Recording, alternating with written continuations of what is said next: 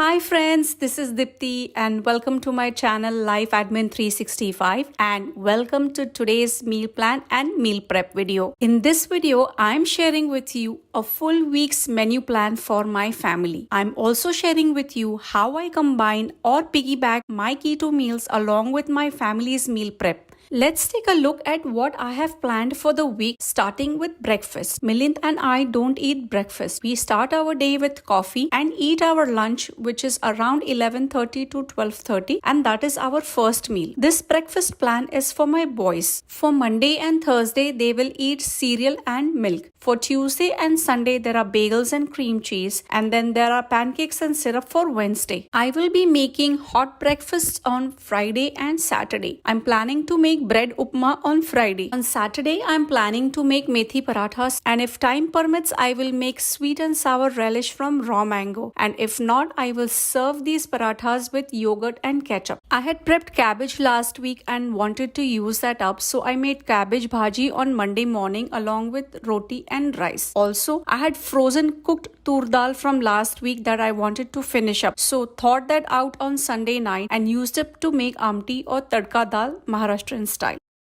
Monday dinner was simple pasta with marinara sauce and a side of broccoli.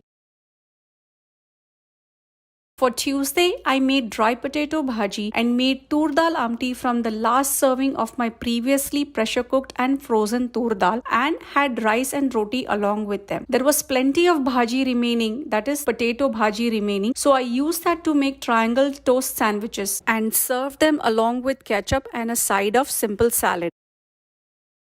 Wednesday was the heavy-duty meal prep day. Therefore, I kept lunch very simple, which was cheesy bread omelette with sauteed garlic spinach on the side. After getting off from work, I started with my meal prep, beginning from making the dough for LADI PAV and prepping the veggies for the remainder of the week. I will share that prep after I finish sharing the remainder of my meal plan. Thursdays are always khichdi days. Sabudana khichdi in the morning and moong dal khichdi, kadhi and papad in the evening. On Friday, for lunch, we will be eating pav bhaji that I made on Wednesday, and dinner will be any and all leftovers from earlier in the week. For Saturday's lunch, I have planned to make paneer masala. I will eat this as is, that is without any roti, and for my family, I will serve it along with frozen garlic parathas. For dinner, we have planned to take out, which most likely will be Thai. Almost always we have leftovers from our takeouts. We will have those for our Sunday lunch. And finally for dinner, I will make cheesy bread omelette, which I will eat without bread.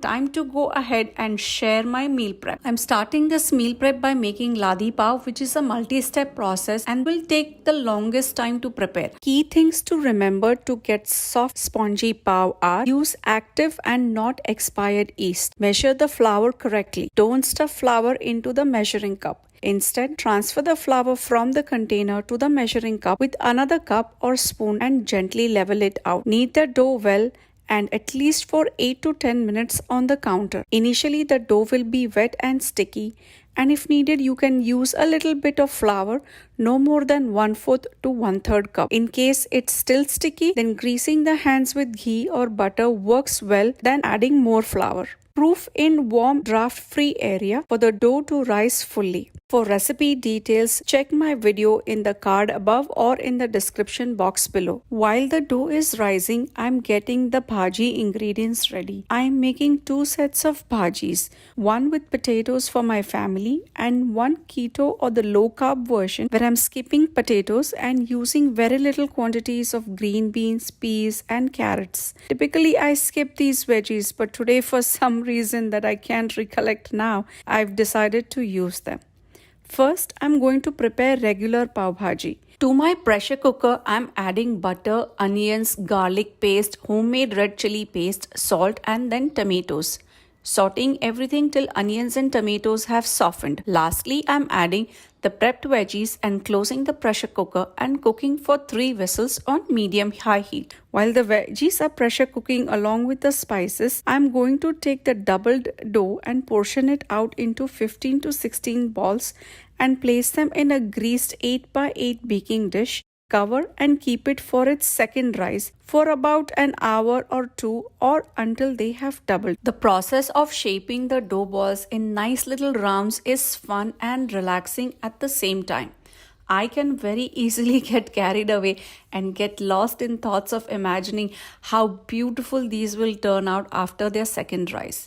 In between shaping the balls, when my hands get too sticky, I smear ghee on my hands and all the stickiness gets taken care of. Anyways, for the extra dough balls on the baking tray, I will flash freeze them for about 1 to 2 hours and then store them in freezer safe zipped up bag. Most likely I will use them for making dabeli. While I'm waiting for the second rise, I'm going to prepare several veggies like wal papdi, radishes, red bell peppers and broccoli and store them in my meal prep containers. I have stringed wal papdi or flat broad beans, remove the ends, split open to check the insides are clean, then pick them into small pieces. I added these pieces to water spiked with lemon juice, massaged them gently and drained them thoroughly. Initially, I was going to use them soon, but instead decided to flash freeze them for later use. Sliced veggies like radishes, cucumbers, carrots and celery store well in airtight container filled with filter water. And that's what I have done here. I have the oven preheated to 400 degrees Fahrenheit and with the second rise done, these risen dough balls are ready to be baked. For LADI PAV recipe details, please check out my video for the same. I'm sharing that link in the cards above and in the description box below. Next on my list are the keto rolls made from almond flour, whey protein and xanthan gum, salt, baking powder and water. Simple ingredients that are a staple in any keto pantry. These are my favorite and to-go rolls. This recipe is easy to make and these rolls come out perfect every single time. I haven't changed anything significantly from the original recipe other than alter the quantity of water. I'm working on making a detailed video for these rolls, but in the meantime you all can check out the original recipe from the link in the description box below. Smothering them with butter and oh my god, they are so good. I just can't seem to stop eating these rolls. Back to pav bhaji. Processing the cooked veggies and adjusting the final taste with some more homemade red chili paste, garlic paste and pav bhaji masala and salt. Quick drizzle of lemon juice and garnish of chopped cilantro. This bhaji is ready. Toasting them on tawa and these are ready to serve.